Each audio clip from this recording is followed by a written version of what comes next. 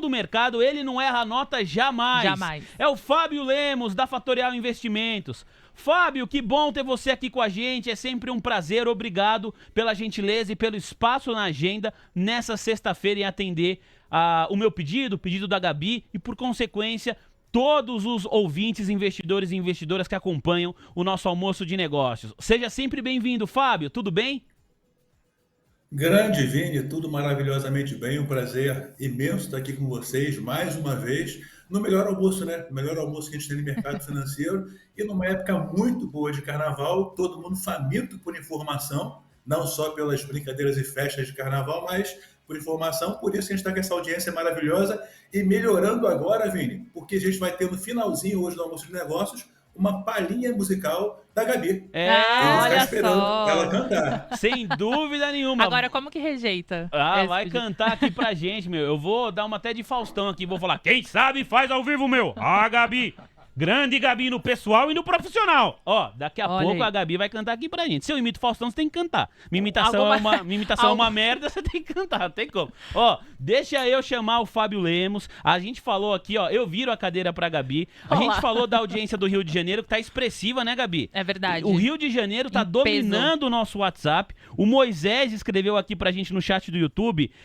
Aqui é Rio, meu irmão. Valeu, Moisés. Muito obrigado pela mensagem. O Fábio, que conversa com a gente direto do Rio de Janeiro, falando com um TC de audiência e o Brasil e o mundo conectado. Ô Fábio, eu quero te ouvir, a sua percepção de mercado, a nossa audiência, pela experiência que a gente tem aqui, sinto que tá todo mundo esperando um recuo do Ibovespa até o patamar dos 102 mil pontos. Ninguém acredita aqui pelas mensagens, pelos vídeos que chegam pra gente, os áudios via WhatsApp, que o Ibov vai conseguir dar um repique e não vai chegar nesse patamar dos 102 mil pontos. Enquanto analista, enquanto uma pessoa que olha o mercado há bastante tempo, tem muita experiência, você entende que o caminho do Ibovespa é realmente nesse sentido, dos 102 mil pontos nas próximas semanas, Fábio?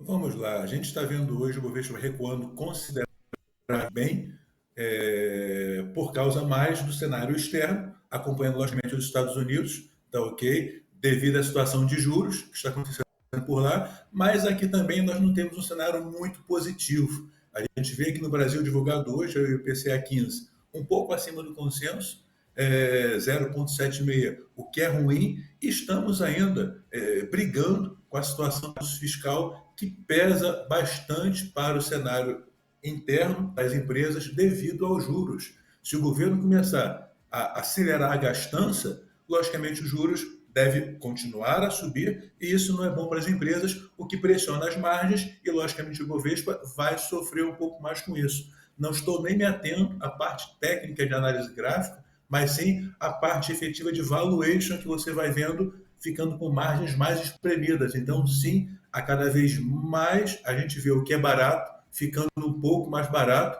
e eu falo sempre com os clientes aqui do escritório, para tomar cuidado, vamos colocar o pezinho na água fria aos poucos para ver o que efetivamente nós teremos, já que o nosso ministro Haddad prometeu aí o arcabouço fiscal para março, né? Falta pouquinho, não vou entrar nessa briga se vai subir ou se vai cair agora, já que eu tenho pouco tempo para ser anunciado aí esse famoso arcabouço fiscal que a gente tanto precisa ver o que vai vir. Sem dúvida nenhuma. Ô Fábio, muita gente entendendo aqui dentro do nosso WhatsApp que é um bom momento para você escolher aí ativos de valor e aproveitar essa queda para montar uma posição, melhorar o seu preço médio e quando mudar o ciclo do mercado, ter aí ganhos relevantes. Agora, muita gente tem dificuldade, principalmente quem está chegando agora no mercado, de entender o que de fato é uma empresa descontada, que você pode ter uma oportunidade num repique de surfar uma onda vencedora para quem está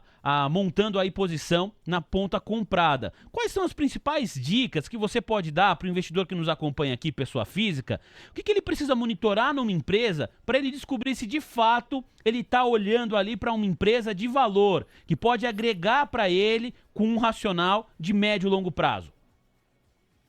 Vamos lá, existem vários indicadores, mas eu particularmente, até quando eu vou comentar alguma coisa sobre mercado com os clientes, eu busco olhar a questão de alavancagem da empresa, tá ok? por mais que você possa ter aquela questão de growth, de crescimento, que pode estar prometido, hoje, com o cenário no Brasil e no mundo de juros altos, se a empresa ela tem necessidade de estar operando alavancada, a gente sabe que isso é ruim para a companhia, porque ela acaba vendo as despesas financeiras, os custos comendo toda ali a receita da companhia, e isso acaba atrapalhando ali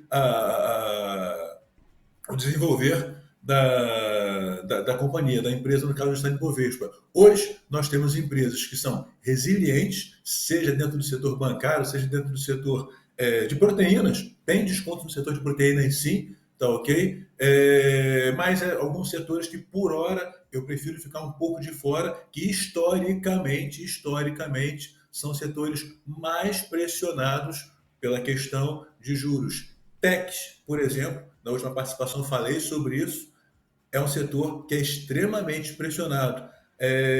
Setor de varejo também é um setor pressionado, porque você acaba tendo necessidade maior de caixa e, logicamente, hoje, com essa escassez do crédito, que foi até um ponto bem colocado nos jornais, vai dificultar a vida de muita gente. Então, o barato vai ficar um pouco mais barato. Olha, a resposta aqui do Fábio já contempla também a pergunta da Sandra, que tinha mandado aqui no WhatsApp o seguinte questionamento: tem algum setor que o Fábio não gosta? Pelo menos nesse momento aqui ele citou mais uma vez o segmento de tecnologia, em decorrência da magnitude dos juros. Nunca é demais lembrar, a Selic está aí pertinho do patamar de 14% ao ano, atualmente taxa básica de juros do nosso país em 13,75%. Um grande abraço também aqui para o nosso parceiro Jansen Costa, que está na audiência, mandou um fabão aqui para você, Fábio Lemos. Está acompanhando aqui a nossa entrevista também. Muito obrigado, Jansen, pela atenção de sempre e pela atenção também aqui com a nossa audiência. O Jansen, que recorrentemente é da Fatorial Investimentos também e participa recorrentemente aqui do Almoço de Negócios.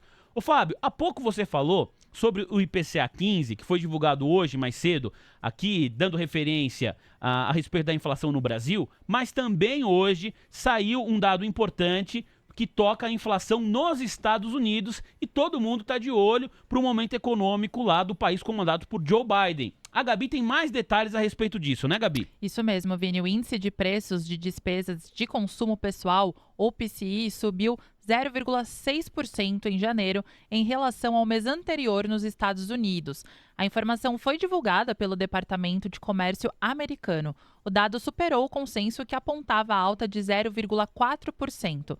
A taxa anual subiu 4,7% ante estimativa de 4,3%, o que respalda os sinais de autoridades do Federal Reserve de que as taxas de juros devem seguir altas para conter pressões inflacionárias.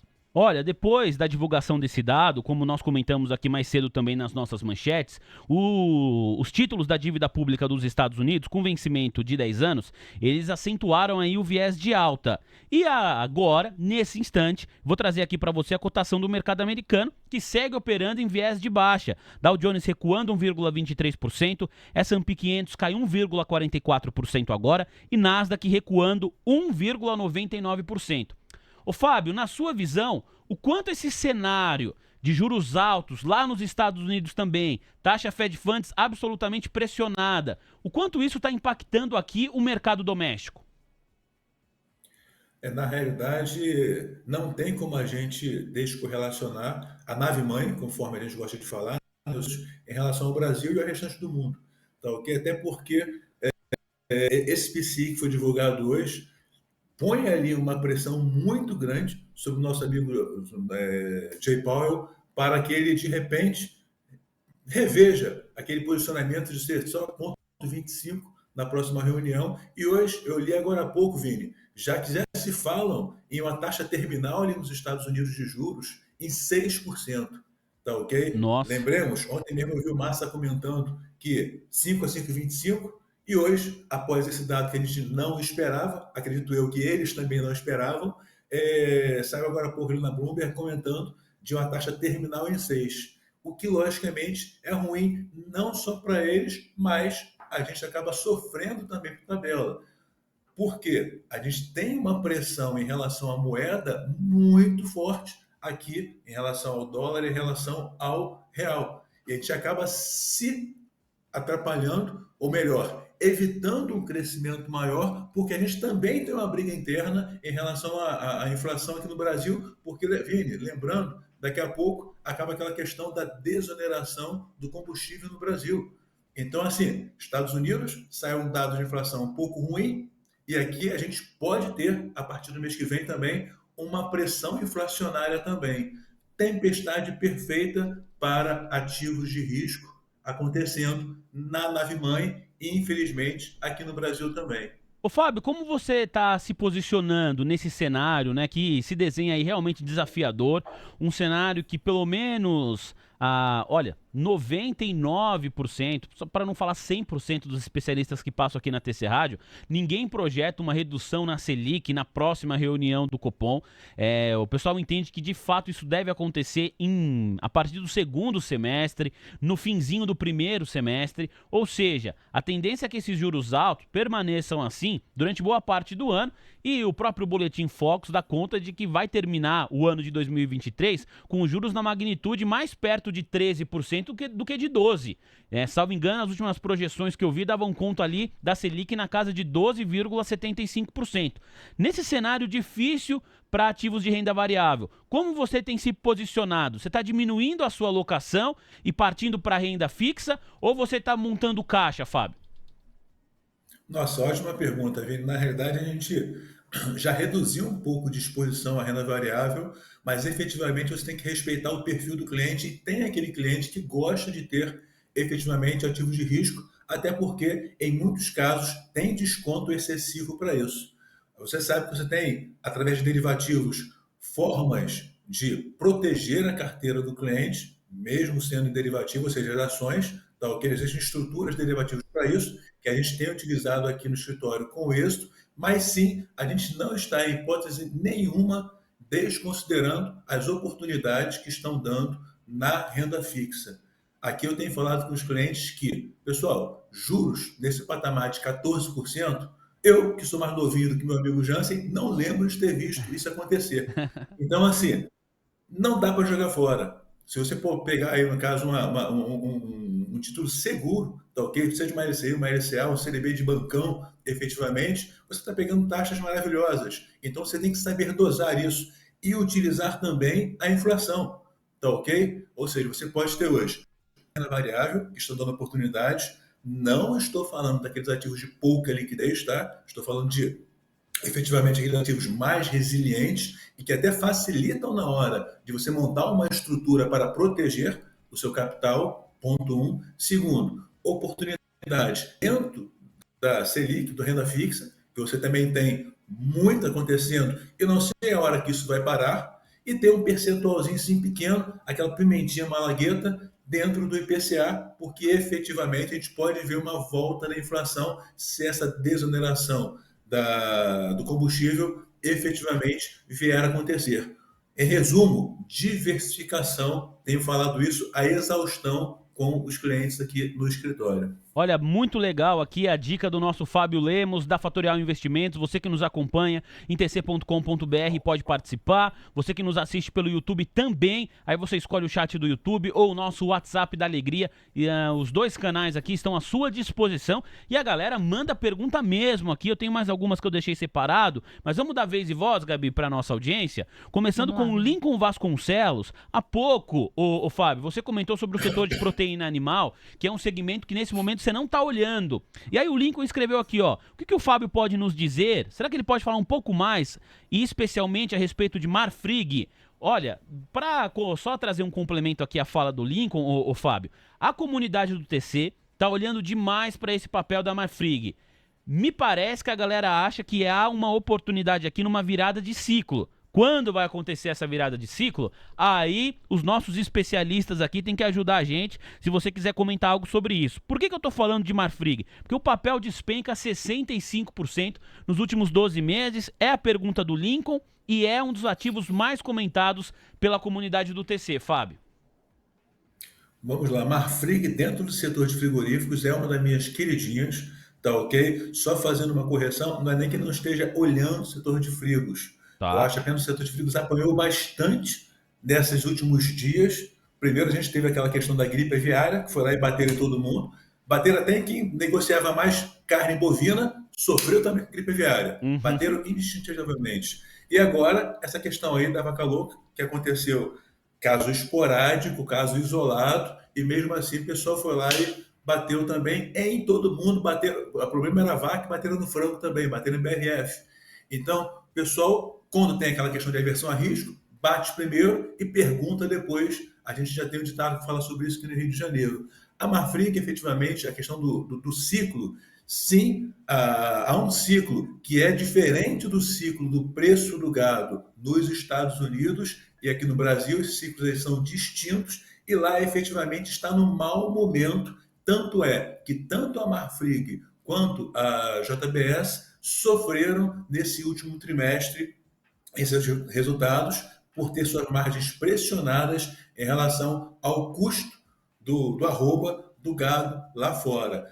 Isso deve se inverter agora. Eu estive conversando semana passada, em pleno sábado de carnaval, com um amigo meu que acompanha um pouco mais o setor. Ele acha que esse ciclo realmente se inverte agora, mas efetivamente, com essa questão da suspensão temporária de exportação de carne bovina para a China, por exemplo, e da vaca louca, que ainda está pressionando o papel, eu prefiro ficar de fora.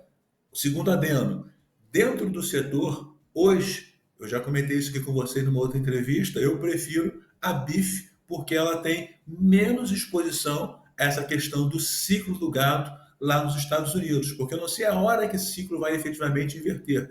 Então, como ela hoje tem exposição basicamente total aqui na América Latina, Brasil, Argentina e Uruguai, sendo que isso, inclusive, a livrou de ficar totalmente fora de exportar para a China, deixa ela no patamar mais favorável em relação aos seus pares. Tanto é que, se você for olhar o gráfico aí, ela sofreu menos, ela apanhou menos em relação tanto à JBS quanto à Marfrig. A BIF aí está numa posição mais favorável entre todos os frigoríficos aqui no Brasil, além de que, acredito eu, já anunciou dividendos, mas deve virar efetivamente aí recorrente esse dividendo da companhia. Eu acho que vai ser uma próxima vaca leiteira, essa BIF 3. Muito bem. BIF 3, só para trazer a comparação que o Fábio levantou a bola aqui, vou pegar o recorte dos últimos 12 meses. BIF sobe nesse período 16,5%, papel ordinário da Minerva. BRF cai 65%, Marfrig cai 65% também. E JBS recua 45% nos últimos 12 meses. Então você tem BRF e Marfrig caindo 65%, JBS despencando 45% e Minerva subindo 16%. No ano, todas as empresas operam em viés de baixa aqui do setor de proteína animal. Só que BIF 3 é a que menos cai. Então, por tudo isso, você olha para esse segmento, ô Fábio, e diz que a sua preferida é Minerva nesse momento, né?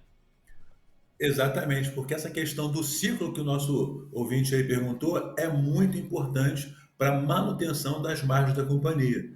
E nesse caso, quem vai se beneficiar mais será, por enquanto, a nossa querida BIF. E só para falar o seguinte, eles divulgaram um balanço ontem que reverteu lucro em prejuízo, mas esse prejuízo aí foi oriundo de um errinho básico no hedge cambial. Então, mais uma vez, o hedge aí dando uma surpresa negativa para a gente em um papel da Bolsa, né? Ah, sem dúvida nenhuma. Poxa vida, as empresas olham e tem profissionais especializados para fazer esse tipo de movimento. Por falar nesse balanço que você levantou a bola aqui, quero dizer dois pontos. Primeiro, a Gabi vai trazer pra gente os dados, porque você separou, né, Gabi, do balanço de Minerva, tá? Sim. No nosso roteiro aqui no Giro Corporativo. Caso o nosso investidor não esteja exatamente ligado nos dados, a Gabi vai colocar todo mundo na mesma página e, na sequência, 1h30 da tarde, na estreia aqui do Almoço de Negócios de hoje, o repórter da Mover, Arthur Horta, acompanhou a teleconferência de resultados da Minerva e ele vai trazer pra gente aqui as últimas informações a respeito da companhia. Agora, a Gabi pontua aqui e traz os dados do balanço da empresa. Certo, Gabi? Isso aí, Vini. A maior exportadora de carne bovina da América do Sul registrou prejuízo líquido de 25,7 milhões de reais no quarto trimestre, frustrando o consenso Mover de lucro de 276 milhões. O resultado reflete perdas financeiras devido a uma taxa de juros mais elevada, além do impacto negativo de instrumentos de proteção cambial e maior necessidade de investimentos para aquisições no exterior, de acordo com a Mover. O impacto negativo de instrumentos de proteção cambial é justamente o que o Fábio Lemos estava falando aqui a respeito desse hedge feito pela empresa que não foi bem sucedido quando a gente pega o recorte do quarto trimestre do ano passado. Ô Fábio, chegou uma pergunta aqui que eu achei bem legal, quero te ouvir a respeito disso, a gente vai mudar um pouquinho do setor, a gente vai sair do setor de frigoríficos e a gente vai para a pergunta do Paulo César. Antes, eu preciso agradecer a nossa audiência que está simplesmente espetacular, não sei se o pessoal está empolgado que a Gabi vai cantar aqui no final, o trio jogador está falando canta, o arquigrafista canta, Gabi, solta essa voz, a Débora deixou o like aqui, o perfil @bolão no zap falou, olha, bolão no zap é o like número 599. E na sequência o Edmar Rodrigues falou, o meu é o 601. E já estamos em 625 likes. Você pode alavancar sem moderação o nosso joinha. Não tem nenhuma contraindicação à saúde. Vem ser feliz, deixe o seu joinha que a Gabi vai cantar pra gente se bater 1000 likes aqui, né, Gabi? Isso aí. Muito bem. Dívida. Te ajudei com esses 1000 likes, Me hein, Gabi? ajudou, por isso que eu concordei. Mas só uma palhinha assim, vamos ver. Vamos O programa tá... Hoje é sexta-feira. Olha, aí chegou a pergunta aqui do Paulo César. Ele diz o seguinte pra você, Fábio. Na visão dele, o recuo das empresas estatais, então ele está falando aqui majoritariamente de Banco do Brasil e de Petrobras, só vai acontecer, o preço de tela, ele está dizendo, a partir da divulgação dos balanços referentes ao primeiro trimestre de 2023, porque vai ser aí um reflexo da nova gestão dessas empresas. Há pouco, não sei se você conseguiu acompanhar, Fábio, a gente estava falando aqui que a performance de Banco do Brasil tem ido bem nesse ano, a despeito da vitória de Luiz Inácio Lula da Silva no pleito eleitoral. Muita gente esperava que Banco do Brasil e principalmente Petrobras fossem sofrer mais do que estão sofrendo. E o Paulo César quer saber a sua opinião, se de fato pode ter uma mudança na performance dessas companhias a partir do resultado do primeiro trimestre desse ano. Vamos lá, pessoal. Eu vou até replicar uma frase que o meu amigo Jansen utiliza muito aqui. A gente está olhando uma foto antiga, tá ok? Esse balanço que a gente está vendo agora ainda é de uma foto antiga pertinente ao quarto trimestre. Ok, beleza, os resultados, tanto de Banco do Brasil quanto de Petrobras e outros estatais, ainda devem vir bons, mas o que me importa efetivamente é o que está sendo produzido. Aí vai ser aí o primeiro e segundo trimestre de 2023 pelo atual governo, já que houve mudanças basicamente na direção de todas as estatais. Não só mudanças em relação a quem assumiu ali, CEO, VP e outras coisas mais, mas também de mindset, de mentalidade do pessoal. Hoje mesmo, a gente tem, daqui a pouco, uma reunião entre o presidente da Petrobras, que teria sido ontem e foi cancelada para hoje, com o presidente Lula, a fim de discutir coisas como a reoneração ou desoneração do combustível, que no antigo governo, acredito eu que em hipótese alguma teria sido discutido. E, pessoal, sem viés político. Quem mexe com bolsa, quem mexe com dinheiro, não tem que ficar olhando para o lado político A ou lado B. Você tem que interpretar apenas os dados financeiros dessas empresas. Então, sim, se nós tivermos uma mudança, por exemplo, muito drástica em relação à política econômica, cito, Petrobras voltar a subsidiar, como eles têm falado, novos estaleiros, voltar a subsidiar, por exemplo, combustível, nessa questão da desoneração ou reoneração do combustível. O Banco do Brasil já é um pouco mais difícil, porque a estrutura ali era um pouco mais fechada e por mais que, conforme já foi falado, agora se foi pelo Haddad ou se foi pelo Luiz Inácio Lula da Silva, que querem utilizar o banco para baratear o crédito, tudo isso tem um certo limite e a gente tem que acompanhar e tem tempo para conseguir ver até quando que o governo vai conseguir fazer isso e o reflexo dessas empresas. Eu, por enquanto, sigo cauteloso com estatais, mas dentro do barco. Conforme falei com vocês, existem mecanismos dentro de derivativos que você pode utilizar para proteger essas posições, até porque são posições mais líquidas e mais fáceis de montar estruturas para fazer isso. Ah, muito bem aí, ó, o Fábio respondendo a nossa audiência, a galera adorando a participação do Fábio Lemos. Eu quero agradecer demais o Fábio pela disponibilidade de agenda em plena sexta-feira. Não é uma sexta-feira de carnaval, mas a gente ainda tá na semana de carnaval. E você ouviu aí em pleno sabadão, hein, Gabi, de carnaval, o Fábio trabalhando, conversando com as pessoas para deixar os clientes da Fatorial Investimentos ali, todo mundo bem informado também, porque o mercado pede, né, essa dedicação dos gestores, dos profissionais de mercado. Não é um cenário fácil para se operar, ainda mais quando você está posicionado na ponta compradora. O Marcos Profeta escreve aqui, ó, vocês estão de parabéns. Mandou um monte de palminhas aqui, lucro bom é lucro no bolso. Obrigado, Marcos Profeta, pela sua mensagem, tamo junto. Tinha uma outra pessoa elogiando aqui, rapaz, são tantas mensagens, eu acabei me perdendo aqui. Achei, ó, o Drumer Trader, direto de Minas Gerais. Drumer, obrigado, ele escreveu, boa tarde, Vini e Gabi, já liquidou as operações hoje, mas sigo acompanhando vocês como faço todos os dias. Continuem o excelente trabalho. Trader sem formação é igual soldado sem fuzil, diz ele aqui. Muito bem, obrigado, hein, Drumer, tamo junto. Fábio, obrigado, você faz parte disso aqui também, conversou hoje direto com a nossa audiência, respondeu sempre com muita prontidão aqui os nossos ouvintes. É sempre uma honra ter você aqui, um grande abraço, bom fim de semana e até uma próxima conversa, viu, Fábio? Vini e Gabi, eu que agradeço vocês e só deixo um adendo aí que realmente trader sem informação, do jeito que o mercado está hoje em dia, infelizmente está fadado a perder dinheiro. Então acompanhar o TC Rádio aí diariamente. Aqui no escritório você já viu, a gente fica aqui ligado, as televisões ligadas totalmente aqui no TC e inclusive daqui a pouco, já que está ligado, na hora que a Gabi for cantar, eu vou tirar aquela foto, pessoal aqui acompanhando, batendo palma e virando a cadeira para ela. Opa, muito obrigada. Olha que moral, né? Gabi, já vai aí, ó, fazendo os treinamentos de garganta. Exercício vocal, Dó, tomando ré, mi, uma fá, sol, água. lá, si, dó. Vai lá nesses treinos pode aí que o negócio fica bom. Ô, Fábio, muito obrigado, viu? Um grande abraço. Valeu, Valeu, Fábio Lemos. Fábio. Meu,